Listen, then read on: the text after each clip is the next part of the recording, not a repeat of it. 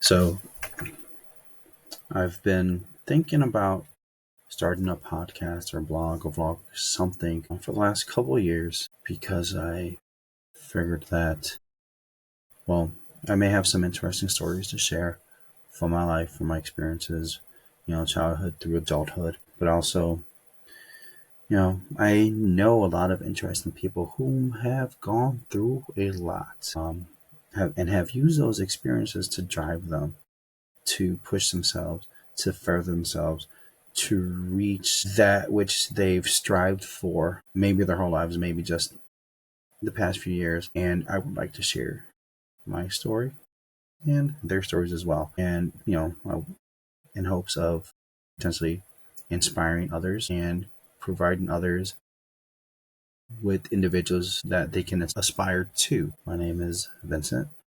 Most people call me Vin or Vinny. And, you know, this is going to be rough for now because I'm not actually a natural speaker. I've taken communications classes in the past, and I tend to get nervous, antsy, a little bit overwhelmed.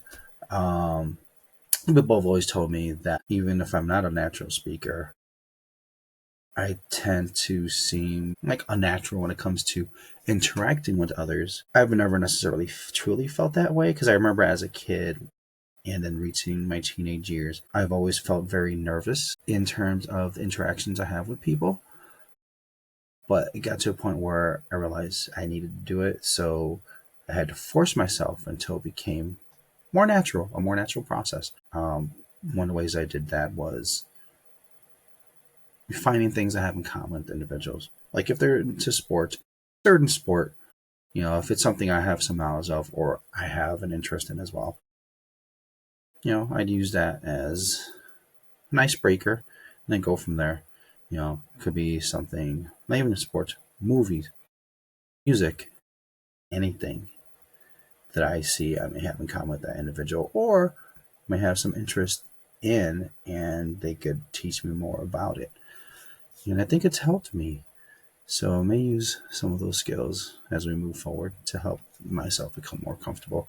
And I would like the individuals out there to join me as I grow myself, grow the channel, and hopefully grow the audience as well. So this is the first episode, the beginning, and go from there. So as I said, my name is Vincent. You can call me Vin or Vinny, and I live in the Chicago area. I grew up on the north side of the city. Actually, most people refer to as Wrigleyville. I didn't grow up calling it Wrigleyville. I didn't know it was called Wrigleyville. I just knew it as part of the Lakeview neighborhood. I grew up a block away from Wrigley Field, and then also a block away in the other direction from Boys Town. So very interesting childhood, seeing the intersection of those two communities. It was much more of a poor neighborhood, which, that helped shape me, So excuse the rambling, because I may do that for a while until I become more comfortable. But yeah, so growing up in Lakeview, then moving to Logan Square, beginning my teenage years, lived there for a few decades, and since then I've kind of bounced around throughout the city and throughout the area. Lived on in the southwest side, lived in the South Loop area, and now I'm in the western suburbs. So it's been pretty interesting. But yeah, one of the things that I think may help a lot of people out there is, all right. So what I wanted to do is, all right. So 10 years ago, I was let go from my job. It was the first time I've ever been let go from a job. I've previously quit a couple of jobs, and one time when I was in college, because I worked throughout my college years. One time when I was in college, I was fired from my job. I tend to forget about that job, to be honest, because it was a telemarketing job. And not to knock anybody that does that, because those jobs pay the bills. But I guess, again, discussing the not quite comfortable doing a public speaking thing. It was a telemarketing job. I had to read from a script, though I am a very good reader. Reading from a script is entirely different, especially when you're on a phone call and having to look at the script. And I didn't sound too natural, obviously. Not at all. They said I sounded like I had a lump in my throat, something stuck in my throat, kind of robotic. And I would agree with them. I did sound that way, and I knew that. I don't have the greatest sounding voice. I know that as well. It's not super deep. I grew up in speech therapy, so a lisp may come out from time to time. I might stutter. You will definitely hear potentially those pauses that aren't necessarily silent. Yeah, and so what happened then was I went to school, got my degree, didn't graduate with didn't get a job in a field that I studied, graduated in. Came out at a particularly bad time.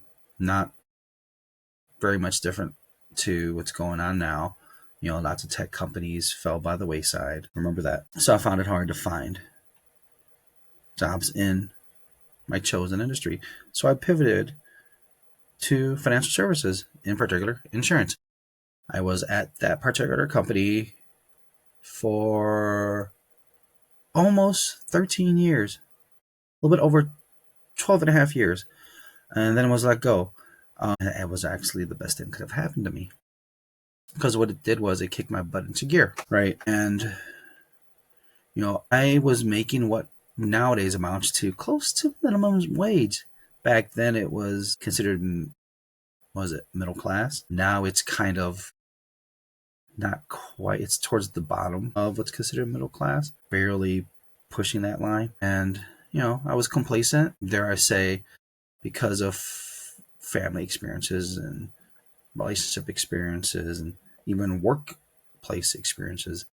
Got to the point where I felt that was all I deserved. Right before I got let go, I started feeling like, no, I deserve more. So I started, looking for something else. It's just that the company was in a bad place, and my job decided to leave me behind. And, I've been working since then to bring myself up to a different level, personally, professionally, etc. And I had already started making those changes. I quickened the pace of those changes. And I started by, getting my student loan situation in order, because I know a lot of you out there, that's one of the biggest hurdles for most people, because it's insane how much we pay. I was negative. My net worth was negative almost to six figures.